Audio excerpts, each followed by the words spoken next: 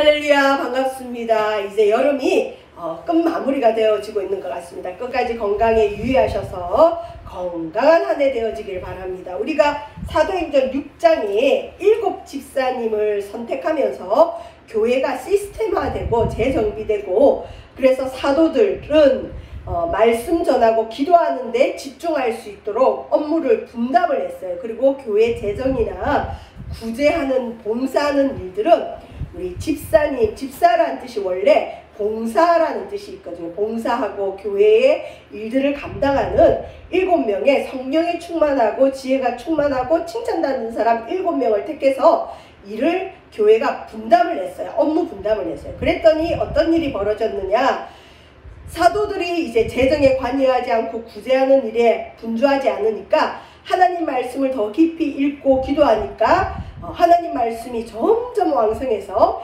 예루살렘에 제자의 수가 더 많아지고 허다한 제사장의 무리도 이도에 복종했다. 부흥이 일어났는데 어떤 부흥이 일어나느냐, 이전에 교회를 대적하는 사람들도 교회 안으로 막 들어오는 거예요. 그래서 교회가 우리가 그냥 성경에 나오는 숫자만 계산해도 한 900명 돼요. 300명 베드로 설교 듣고 들어왔죠. 원래 120명 있었죠.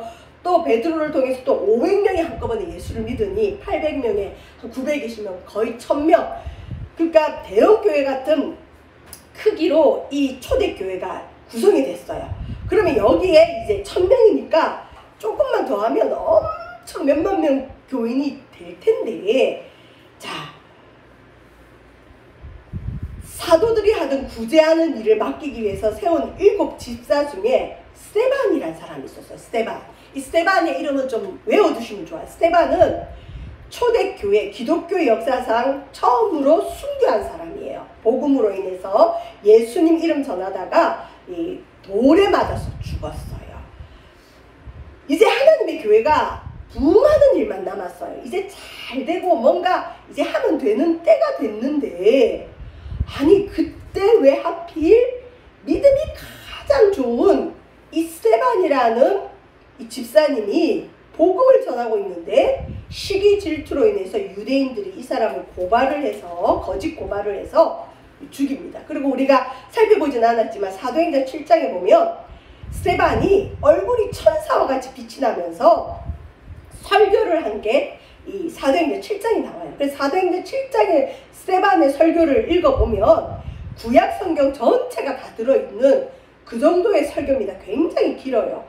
그리고 이 스데반이 얼마나 성경에 대한 지식이 많은지를 알 수가 있어요. 그러니까 성경에 대한 지식도 많지요. 품행에 어떤 문제가 없지요. 성령과 능력이 충만하니까 이 사단도 스데반을 미워하고 사단의 앞잡이인 유대인들이 이 스데반을 거짓 고발해서 돌에 맞아 죽게 했습니다. 그랬더니 여러분, 이제 뭐 해볼만 해요.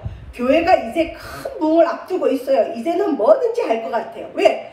사도들은 이제 기도하고 말씀 전하는 일에 집중할 수가 있고, 교회 재정이나 그 다음에 교회 구제하는 봉사일은 7 집사님들이 딱 맡아서 얼마든지 해나갈 수 있으니까 교회가 걱정이 없어요. 어떤 재산이 들어오든지 간에, 헌금이 들어오든지 간에 잘 쓸 수 있는 시스템도 됐고, 그 다음에 주회종들은 주회종의 할 일을 열심히만 하면 되는데, 하나님은 이때 가장 믿음이 훌륭한 스데반을 선택하셔서 순교할 수 있는 특권을 주셨어요. 여러분, 순교는 저주가 아니라 택함받은 사람만이 할 수 있는 게 순교입니다.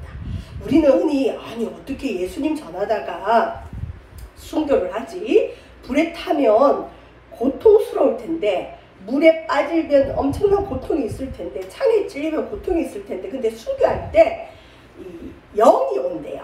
그러니까 누가 나를 예수 이름으로 죽이려고 하면 제정신으로는 너무 힘들잖아요. 그러니까 우리는 예수님이 아니기 때문에 인간의 육체적인 고통을 그대로 느끼기 때문에 순교를 허락하는 사람들에게 하나님이 다는 아니겠지만, 이 스데반이 천사 얼굴 같이 빛이 나듯이 이 황홀경 같은 그러니까 고통을 잊을 만큼의 천국의 큰 기쁨을 순교자에게 부어주셔서 순교자가 천국의 그 큰 기쁨 때문에 자기를 불로 태우고 살 가죽을 벗기고 창에 찔리고 이 고통을 크게 못 느낄 정도로 하나님의 영이 역사해서 실은 순교를 할 수 있다는 얘기가 있어요. 물론 그렇지 않은 사람도 있지만 어쨌든 스데반이 첫 순교자가 됐습니다.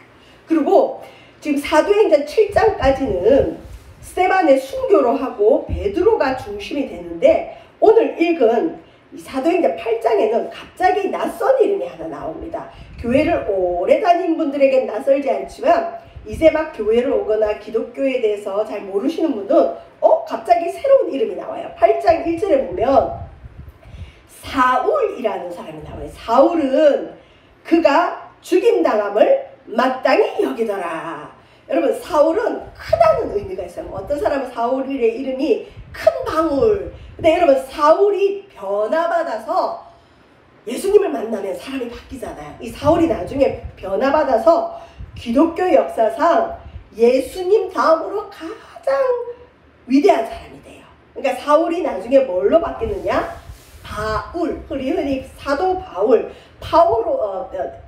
바울이라는 사람으로 바뀌는데 바울은 작다는 의미가 있어요. 그러니까 예수님 만나기 전에는 이 사울이 너무 가진 게 많고 똑똑하니까 나는 큰 사람이다 했는데 예수님 진짜 만나고 났더니 겸손해져서 나는 작은 사람입니다. 그래서 이름이 바뀌었어요. 어쨌든 이 사울이라는 사람이 이 본문에 나타나면서 그가 여기서 말하는 그라는 건 스데반을 뜻해요.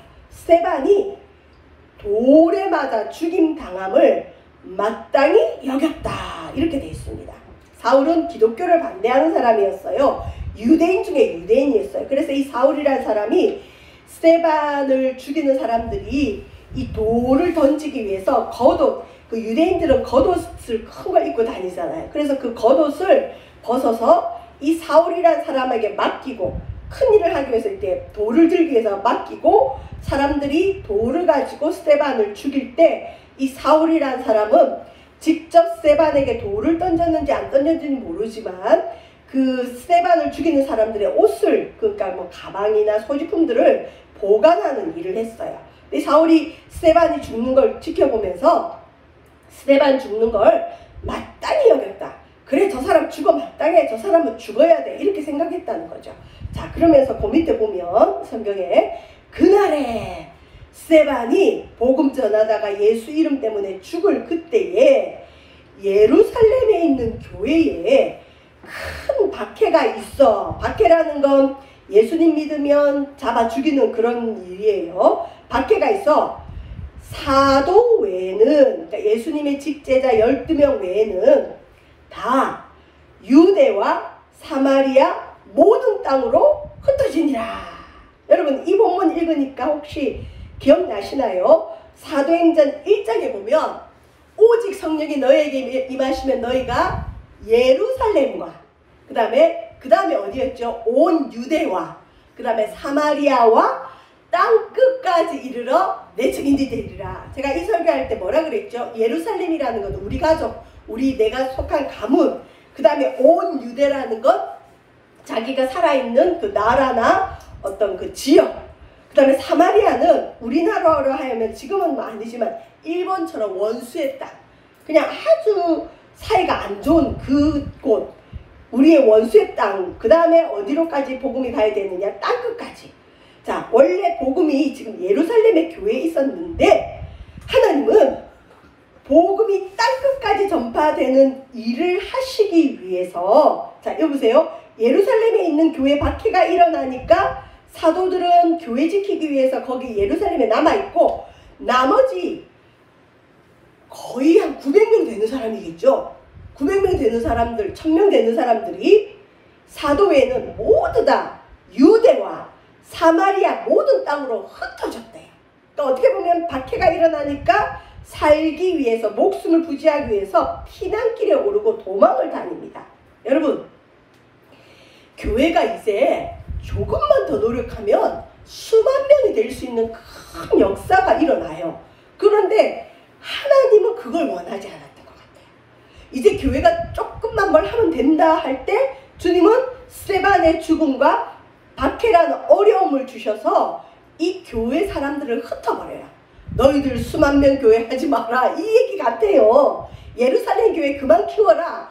예루살렘만 구원받는 게 중요한 게 아니라 사마리아, 원수의 땅 사마리아에도 복음이 들어가야 되고, 그 다음에 이 나라에도 아직 예수 모르는 사람이 많으니까 유대 땅에도 복음이 들어가야 되고, 심지어 나중에는 저 땅끝까지 복음이 들어가야 되는데 너희가 예루살렘에만 머물러 있으면 안 된다.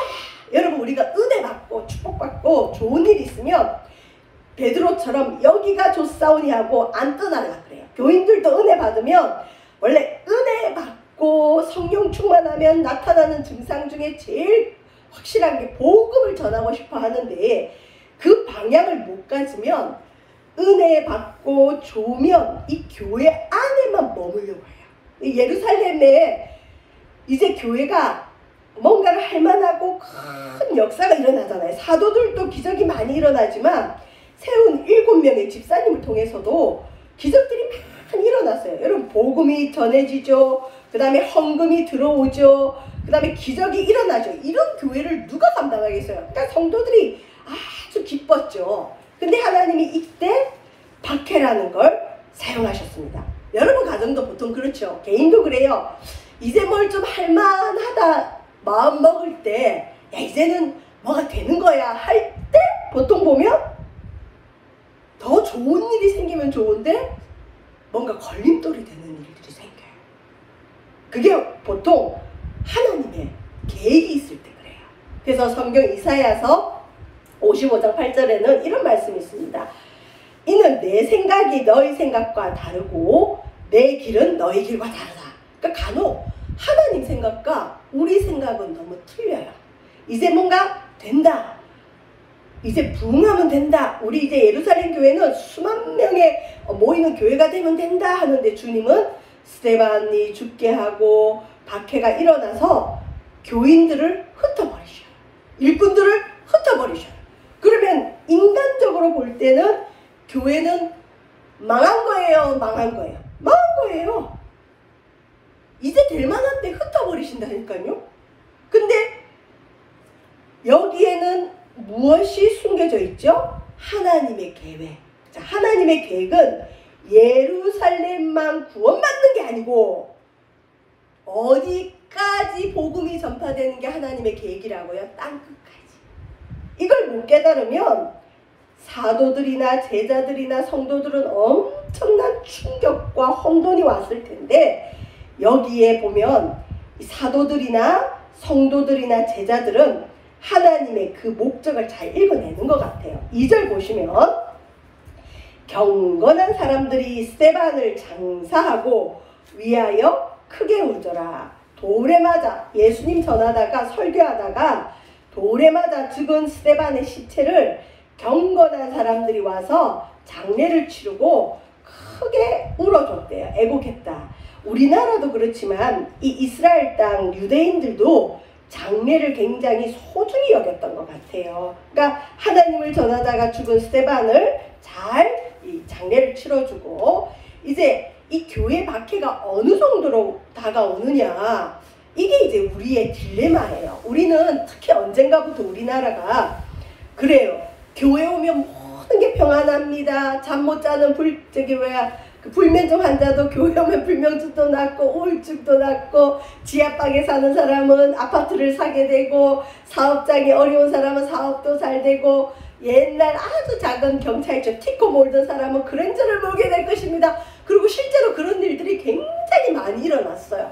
이 초대교회는 이제 엄청난 기적들이 일어나기 때문에 모든 사람들이 아마 이런 이 땅에서의 축복을 바라보고 교회를 올 텐데, 이제 부흥하는 일만 남았는데, 이제 복을 받고 이 땅에서 천수를 누리고 살아야 되는데, 여기 3절에 보세요. 이 예루살렘 교회가 무슨 일을 겪는지 3절 볼까요? 사울이라는 사람이 교회를 잔멸한다고 완전히 없앤다는, 완전 씨까지 남겨두지 않고 완전히 이 교회를 없애려고 이 사울이 각 집에 들어가. 여러분, 사실 집이라는 건 제일 안전한 곳이잖아요. 그런데 이 사울이라는 사람이 사명감을 가지고 이 예수 믿는 사람들은 내가 다 잡아 죽여야 되겠다는 이 목표를 세우고 집집마다 들어가서 남자들뿐만 아니라 연약한 여자들까지 끌어다가 예수 믿는 것 때문에 옥에 넘겨줬어요. 야, 이 무슨 난리예요?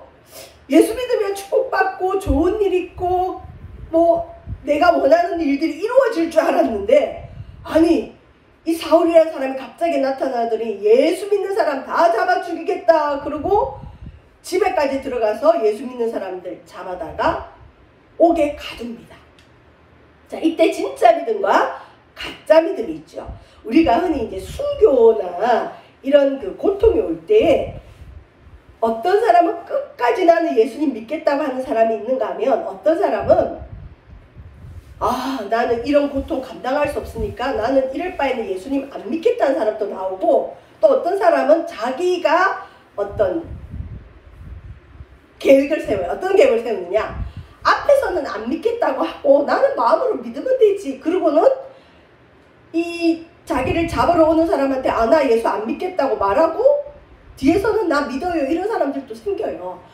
그 유명한 책이 하나 있는데, 일본의 어떤 소설가가 쓴 책인데 침묵이라는 소설이에요. 거기 보면 어떤 게 있냐면, 일본에도 기독교가 들어올 때 이런 초대교회 같은 박해가 일어났는데, 그때는 이제 어떤 그 박해가 왔냐면, 예수님 얼굴이 그려진 성화 있죠. 큰 그림을 바닥에 딱 두고 이 예수님 얼굴이 있는 그림을 밟고 지나가는 사람은 살려주고, 아니 내가 어떻게 나를 위해 죽어주신 이 예수님, 하나님이신 이 예수님의 얼굴을 내가 어떻게 밟고 지나갑니까? 나는 예수님 부인 못합니다 하고 예수님의 얼굴에 그려진 성화를 못 밟고 지나가는 사람은 바닷물에 참수시키는 그런 순교가 있었어요.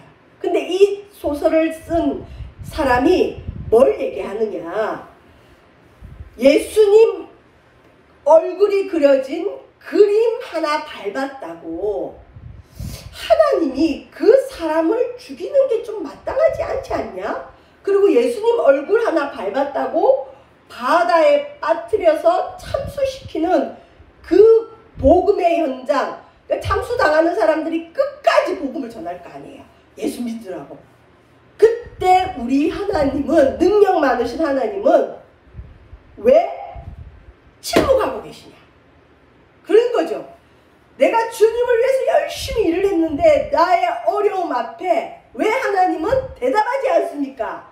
왜 침묵하고 계십니까?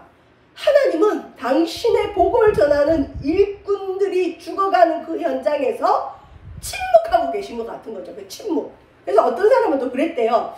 여기에 성화의 얼굴에 침을 뱉고 걸어가라. 그러면 살려주겠다. 그래서 어떤 기독교인은 저거는 그냥 종이지, 저거는 그냥 그림이지, 아니 저거는 그냥 형상이지, 내가 저거 한번 밟고 침 뱉고 저건 종이니까 예수님이 아니야, 그러고는 나는 계속 믿으면 돼, 이런 사람도 생겼다는 거죠. 여러분, 순교의 현장에서 진짜 믿음과 가짜 믿음이 나눠집니다. 배교자가 생기죠.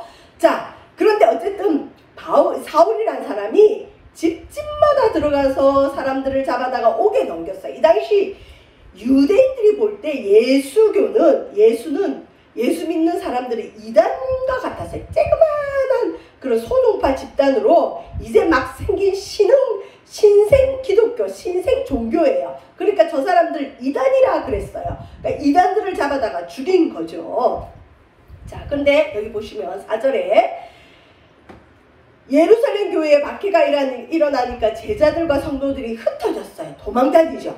흩어지는 사람들이 살기 위해서 도망만 다니는 것이 아니라 4절 보시면 두루 다니며 여러분, 이 예루살렘에서 훈련받고 사도들을 통해서 말씀의 무장을 받고 복음의 훈련을 받은 사람들이 이제 온 유대 땅과 사마리아에 두루두루 다니면서 뭘 전했다고요? 복음의 말씀을 전했다. 저와 여러분에게 복음의 말씀이 있기를 바랍니다. 복음이라는 건 한자로 복복자의 소리음자죠. 복스러운 소식, 영어로 하면 good news, 좋은 소식. 뭐가 좋은 소식이냐? 예수님이 우리의 죄를 씻어주셨습니다. 예수님은 하나님의 아들입니다. 예수님을 마음에 모셔드리면 우리는 하나님의 자녀가 되는 권세를 가집니다. 우리는 하나님의 자녀입니다. 하나님 우리 아버지입니다. 어둠에 눌려있고 죄에 눌려있고 저주에 눌려있는 사람들에게 이 초대교회 제자들이 두루 다니면서 뭘 전했다? 빛의 복음의 말씀, 성령의 복음의 말씀을 전파했어요. 자, 그런데 여기 5절 보시면 누가 나오느냐? 빌립이라는 사람이 나오는데, 이 빌립은 예수님의 제자 빌립도 있고 그 다음에 7 집사 중에 빌립이 있어요. 근데 여기서 아까 사도들은 어디에 남아있다 그랬죠? 예루살렘에 남아있고, 여기에 말하는 건 빌립은 누굴 뜻할까요? 집사 빌립. 집사 빌립이 하필 어딜 갔느냐? 유대인들이 가장 하찮게 여기고 사람 취급도 안 하는 사마리아 성에 내려가서 그리스도를 백성에게 전파했다. 그리스도를 백성에게 전파했다. 초대교회 집사님 평신도들이 사마리아 성까지 내려가서 예수님을 전합니다. 여러분, 복음의 핵심은 그리스도입니다. 예수님, 그리스도라는 건 크라이스트, 패션 오브 크라이스트 그렇죠. 크라이스트를 그냥 우리나라 구음으로 그리스도로 했고, 이 그리스도가 메시아라는 뜻이고, 한글로는 뭐냐? 구세주, 죄에서 구원할 주인. 여러분, 복음은 예수가 그리스도이심을 전하는 게 복음입니다. 간단해요. 제가 지지난주인가 어떤 그 집사님이 문안 전화를 왔어요. 연세가 꽤 되시죠. 70 넘으신 분인데 우리 교회 창립 예배 때 와서 그 먼 데서 오셔서 축하해 주신 분인데, 제가 물어봤죠. 집사님, 오늘 밤 이 세상 떠나면 천국 갈 확신 있습니까? 그랬더니 지가 어떻게 가요? 그래요. 맞죠? 저기 충청도 분인데 참 겸손하세요. 근데 그분이 제가 알기로는 주일 예배도 잘 들으시고 새벽 예배도 잘 나가신다고 들어요. 그런데도 옛날 분이잖아요. 옛날 어르신들끼리 충청도는 양반 기질이 많잖아요. 그런 분들의 특징은 뭘까요? 아유, 내가 뭘 어떻게 한 게 없는데 내가 천국을 어떻게 가요? 그게 옛날 분들은 머릿속에 가득 있어요. 그래서 아유, 집사님, 생명은 그냥 받는 거예요. 하나님의 자녀로 천국까지 뭘 해서 가는 거 아니에요 하고 복음을 전했어요. 그랬더니 좀 있다가 이제 복음 전하고 또 물었어요. 집사님, 이제 천국 가실 수 있죠? 그랬더니 아유, 내가 한 게 없는데 어떻게 가요? 계속 그게 반복이 되는 거예요. 그래서 이 연세 드신 분들은 내가 뭔가를 해야 좀 교회 활동도 많이 하고 뭔가를 해야 천국 간다고 생각하시구나. 아닌데, 신분, 하나님 자녀만 되면 언제든 가는 게 천국인데 이게 복음이거든요. 이게 복음이에요. 그리스도, 예수를 전하는 게 복음인데 그게 안 돼서, 원래 여러분 전도 폭발이라는 세계적인 전도 그 프로그램에서는 한 사람이 진짜 예수님이 그리스도구나, 진짜 예수님이 날 위해 죽어줬구나, 진짜 예수님 마음에 모셔드리면 내가 하나님 자녀가 되는구나, 이게 믿어지려면 복음의 말씀을 70번은 들어야 된대요. 여러분, 복음의 말씀 몇 번 들으셨어요? 아직 70번까지 못 들었을 거예요. 아마 그 집사님도 70번도 못 들었기 때문에 전하고 나면 내가 어떻게 가요? 나 같은 게 어떻게 가요? 참 겸손하시더라고요. 그래서 나중에 뭐라 그랬냐, 집사님한테. 집사님, 그러면 요것만 외우시라고. 여러분, 연세 드신 분들은 사실 복잡한 거 어려워요. 그래서 손가락을 딱 해서 뭐만 외우시면 되냐? 예수 내 구주. 구주라는 거 구세주라는 거잖아요. 예수 내 구주, 예수 내 구주, 예수 나의 구원할 주인, 예수님은 그리스도다, 이거예요. 예수 내 구주. 그럼 집사님, 이것만 하세요 그랬어요. 제가 얼마 전에 있었던, 지금은 이사를 했지만 저희 주인 아주머니가 있었는데 대대로 불교를 아주 열심히 믿는 분이었어요. 그리고 처음에 복음을 전하니까 얼마나 크게 완강하게 반대를 하든지 말도 못 꺼냈거든요. 근데 이제 볼 때마다 어머니 예수 내 구주 이랬다가 또 안 되면 어머니 예수는 그리스도십니다 그랬어요. 그러면서 이제 빵도 하나씩 드리고 뭐 주면 또 그 옛날 분들은 겸손해서 누가 뭘 주면 미안해 하시더라고요. 그러면 이제 그걸 줄 때 주는 그리스도십니다 이러면 웃으세요. 처음에는 막 듣기 싫어하다가 관계가 어느 정도 형성되니까 이제 먹을 거 받으면서 웃으시는 거예요. 근데 그분이 치매가 왔단 말이죠. 여러분 치매 온 사람에게도 복음이 전달될까요 안 될까요?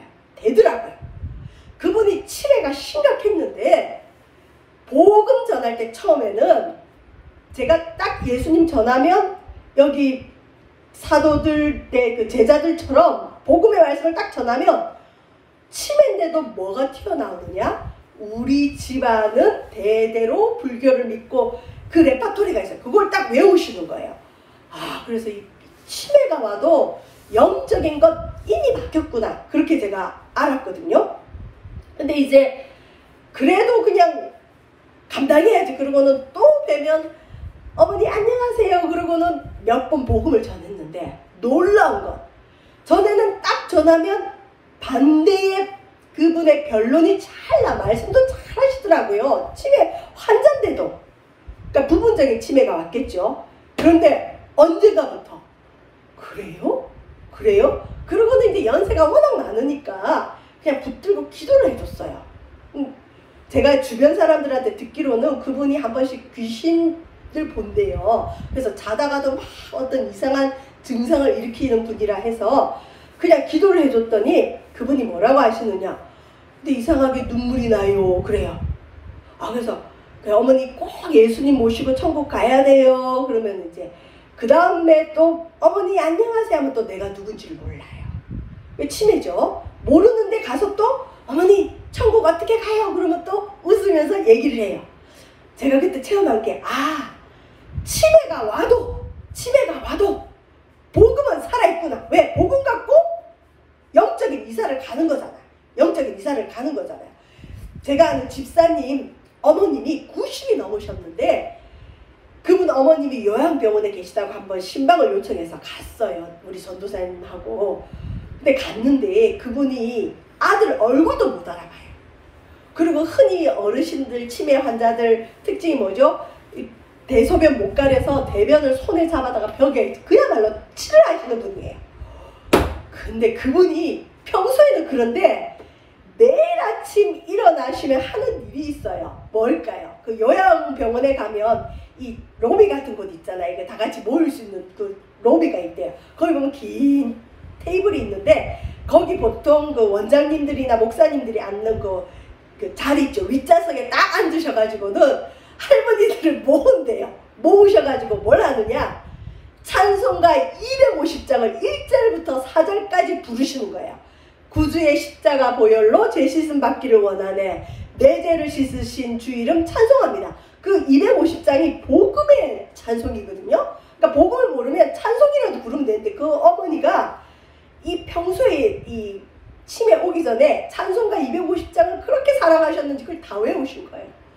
벽에 진짜 흔히 말하는 이런 일을 하면서도 아침 되면 그 일을 하시고 그 다음에 우리가 가서 기도를 해주면 눈을 감으시고 아멘을 해요. 주기도문까지는 외우세요. 근데 그거 외에는 모든 게 다 무너져 있는 거예요. 영은 살아있어요. 여러분 우리 마음에 예수님을 모시면 우리의 죽어있던 영이 살아나는 거예요. 예수님 모시면 마귀가 주인이었던 우리 마음이 하나님의 자녀가 되는 거예요. 영이 살아있으면 영적인 얘기를 들을 수 있고 치매가 와도 뇌세포가 죽어서 다른 거 다 잊어도 심지어 아들 얼굴도 못 알아봐도 예수 내 구주는 아시더라는 거죠. 여러분 복음이 사람을 살립니다. 그래서 이 빌립이 그리스도를 사마리아 성에 가서 백성에게 전파했다. 여러분 우리의 전파하는 내용은 오직 예수 그리스도를 전하시기를 주의 이름으로 축원드립니다. 예수님 전하시면 됩니다. 자, 6절 보시면 이 집사 빌림이, 그러니까 집사님들도 기적을 일으킬 수 있어요. 여기 보세요. 무리가 빌림의 말도 듣고 행하는 표적도 보고 한 마음으로 그가 하는 말을 따르더라. 빌립 집사님을 통해서 복음만 전해지는 게 아니라 사도들처럼 표적도 일어나는 거예요. 그러니까 사마리아 성의 사람들이 다 빌립의 말을 따르는 거예요. 7절 볼까요? 예수님이 했던 일을 빌립 집사님도 하고 있어요. 많은 사람에게 붙었던 더러운 귀신들이, 어둠에 잡혀있고 마음에 비치신 예수님이 없는 사람에게는 귀신들이 붙어있어요, 여러분. 그래서 귀신이 좋아하는 더러운 일만 해요. 거짓말하고 죄악을 범하고. 이 더러운 귀신들이 빌립 집사님이 전하는 복음을 듣고 그 다음에 표적을 보고 복음에 미답해서 크게 소리를 지르고 떠납니다. 여러분, 마귀는 나갈 때 조용히 나갈 때도 있지만 난리를 부리면서 소리 지르고 떠납니다. 그 다음에 요즘도 중풍병은 완치가 어렵죠. 근데 빌립 집사님을 통해서 중풍병자도 낫고 못 걷는 사람도 낫고 이런 기적들이 베풀어지죠. 누가복음 4장 18절에 예수님이 이런 말씀하셨죠. 주의 성령이 내게 임하셨으니 이는 가난한 자에게 복음을 전하게 하시려고 내게 기름을 부으시고 나를 보내서 포로된 자에게 자유를, 눈먼 자에게 다시 보게 함을 전파하며 눌린 자를 자유롭게 하고 주의 은혜의 해를 전파하게 하려 하심이라. 눌린 자를 자유롭게 하는 이 역사가 빌립 집사님을 통해 이 사마리아 성에 일어났습니다. 근데 이게 일어날 수 있는 계기가 뭐라고요? 박해, 순교. 하나님은 우리 가정에 어려움을 주셔서 주의 일을 하게 하세요. 그래서 가정에 개인의 어려움이 올 때는 복음 전하라고 그러시구나. 그러면 해결됩니다. 여러분, 저는 사회 현장에서 맞는 키를 본 적이 있어요. 맞는 키가 뭘까요? 특히 진짜 자녀들에게 복을 주는 걸 봤는데 뭐냐? 복음 전하는, 선교나 복음 사역하는 사람은 우리 주님이 얼마나 사랑하는지 몰라요. 그러니까 맞는 키예요. 그래서 여러분 가정에 막힌 문이 있거나 막힌 담이 있거나 문제가 있으면 이 빌립 집사님처럼 복음을 전하십시오. 이왕이면 사마리아 성 같은 곳에 어둠에 잡혀있는 사람들, 귀신에게 잡혀있는 사람들 가서 그리스도를 전하십시오. 간단해요. 그리스도만 전하면 돼요. 맞는 키 나오면 주님이 길을 다 여세요. 다 여세요. 다 여세요. 기적도 일어나요. 우리에게 혹시 답답한 일이 있습니까? 해결 안 되는, 여러분 직장에 문제가 있습니까? 자녀의 어려움이 있습니까? 내 삶에 온 박해와 같고 순교와 같은 이 고난은 복음으로 방향을 틀으라는 하나님의 메시지예요. 복음 전하면 돼요. 그럼 길이 열리게 돼 있습니다. 왜? 하나님의 목적은 우리가 복음이 있다면 복음 전하기를 원하세요. 그랬더니 사마리아 성이 어떤 일이 벌어졌을까요? 그 성에 큰 기쁨이 있더라. 처음에 예수 믿자 그러면 나를 무슨 원수로 보고 미워하고 나만 보면 도망다니고 그랬던 분들이 있어요. 어휴, 저분만 보면 교회 가자 그러니까 싫어갖고 그래서 그 갈등이 싫어서 때로는 복음을 또 못 전할 때도 있어요, 여러분. 근데 나중에 이분들이 진짜 복음을 만나고 진짜 예수님을 만나고 나면 전에는 그렇게 나만 보면 도망다니고 미워하던 분이 어떻게 변할까요? 좋아가지고 졸졸졸졸 따라다녀요. 내가 목사님 때문에 하나님을 알게 됐어요. 내가 목사님 때문에 이 기쁨을 맛봅니다. 그래서 완전히 변화된 사람이 있습니다. 여러분, 원래 복음을 전하면 역사가 있습니다. 여러분, 복음은 마음이 예수님 있는 사람은 누구든 전하면 됩니다. 그리고 그게 이 세상에서 가장 큰 기쁨을 당신의 죄가 사해졌습니다. 여러분, 이 앞에서 설교하는 목회자도 죄인이에요. 죄인이 어떻게 회개하자 말하겠어요. 근데 우리 모두에게는 다 죄가 있습니다. 그렇지만 예수님이 우리 죄를 없이 하셨습니다. 죄가 해결됐습니다. 여러분, 하나님의 자녀가 되었습니다. 그랬더니 이 사마리아 성이 어떻게 됐다고요? 기쁨이 있는 거예요. 저도 주님이 네 죄가 사해졌다 그러면 얼마나 기쁠까요? 여러분에게도 주님이 복음으로 말씀하십니다. 너희들의 죄가 예수의 십자가의 피로 씻음받았다. 기쁨을 누리시는 저와 여러분 되시기를 주의 이름으로 축원드립니다. 기도하겠습니다. 하나님의 생각은 우리 생각과 너무나 틀립니다. 하나님의 길은 우리 길과 틀립니다. 정말 좋은 방법도 많은데 하나님은 박해나 순교를 통하여 복음이 전파되는 이상한 방법을 쓰십니다. 이게 하나님의 방법입니다. 우리 가정에 우리 개인에 막힌 문제가 있다면 예수 그리스도 복음 전함으로 해결 안 받게 도와주시고 복음이 전파되는 영혼에 큰 기쁨이 넘쳐나게 하여 주시옵소서. 복음의 불빛이 퍼져나가게 하여 주시옵소서. 예수님 이름으로 기도합니다. 아멘.